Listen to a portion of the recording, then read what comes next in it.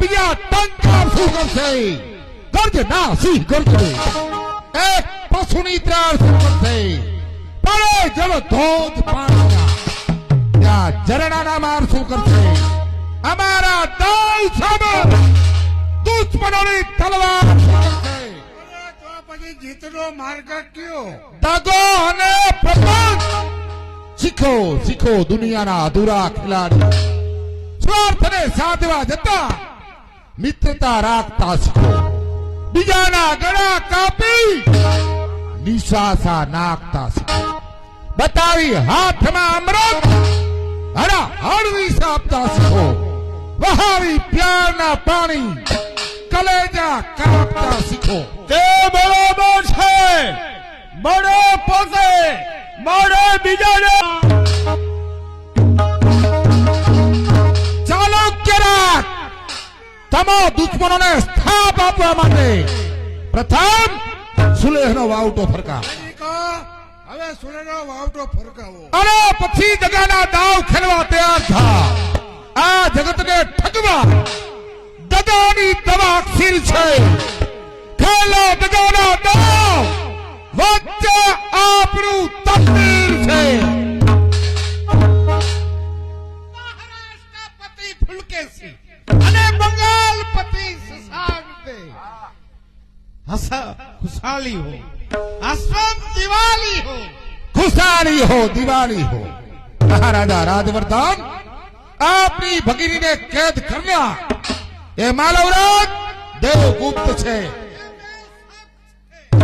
તો તેમ સમજવા હોવા છતાં તમોએ મારા બંગાળ ઉપર ચડાઈ કરી અને મને જે નુકસાન કર્યું એ પાછું ભરપાઈ કરવા માટે હું તમને દિલશોધી પૂર્વક અરજ કરું.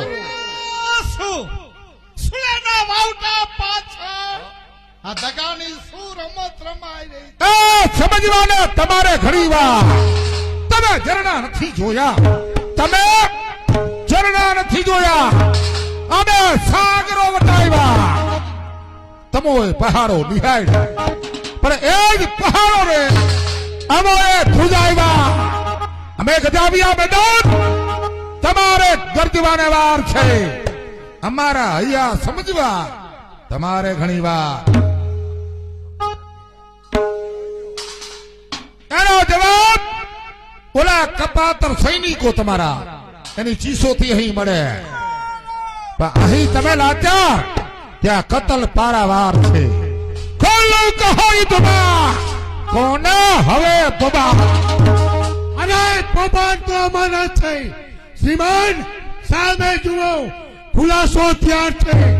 અધર્મની હાર સામે ધર્મીના પવન. માધવગુપ્ત અરે છત તાકાત હું જોતો નથી તો નાદ કંઈક ઓછો કરો. પાણી વિનાના પુરુષ છો, મારી સામે બકવાસ ઓછો કરો. શ્રીમાન આપ ફેમીને સાચી મતાઈ માનતા હો તો લુચાઈની જીત કરતા સચ્ચાઈની હાર આમ જેવા જવા મળતો માથે રાખો વાર કુરબાન.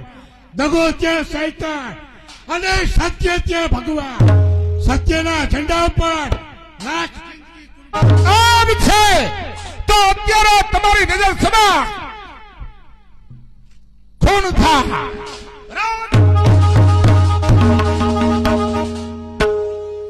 જાઓ બંગાળમાં ઘેર ઘેર દિવાળી ઉજવી અને સર્વને કહો કે આજે બંગાળ પતિની જીત છે. કોણ કહે છે જીત છે?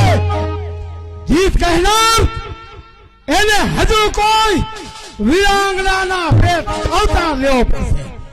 ખાબો ત્યાં તૈરો પણ દરિયો અહીંથી દૂર છે.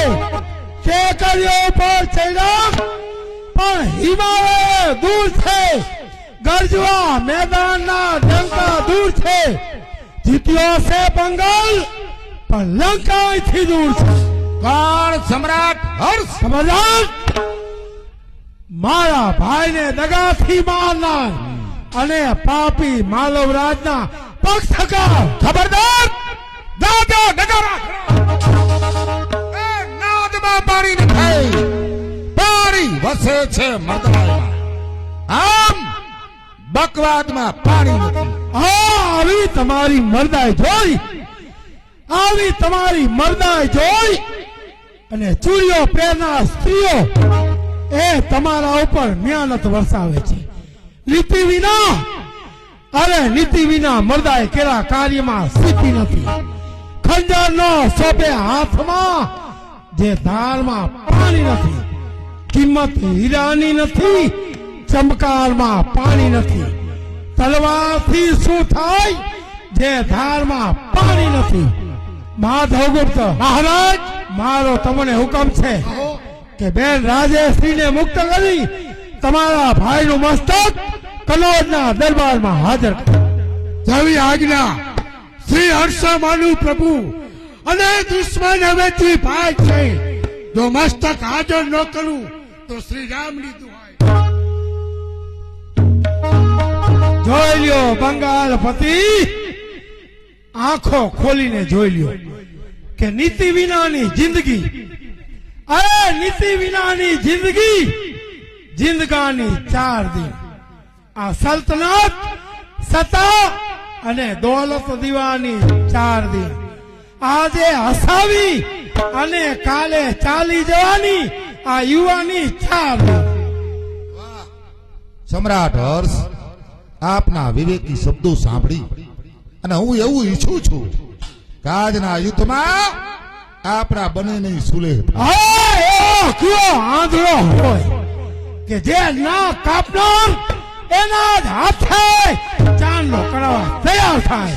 કર્મવીરોને શાંતિ નથી, કર્મ વીરોને શાંતિ નથી આરામમાં. હવે તો સુલે થશે સંગ્રામમાં અને કા થશે ચિતામાં. આજ તું પવન હો તો જ્વાળામુખી, બે છાંટા પડે તો શું થયું? રણબળા હિમાથા આજ ધરણરે તો શું થયું? છે મર્દને માથે કદી આફત પડે તો શું થયું? સાગર સમાયવા ઉદરમાં બે નારા નડે તો શું થયું? રાખતા ઇજ્જત આજ માથા પડે તો શું થયું? ખોલો મેદાન અને ખોલી સસાકની તલવાર. તારી અન્યાયની તલવાર સામે મારી ન્યાયની તલવાર.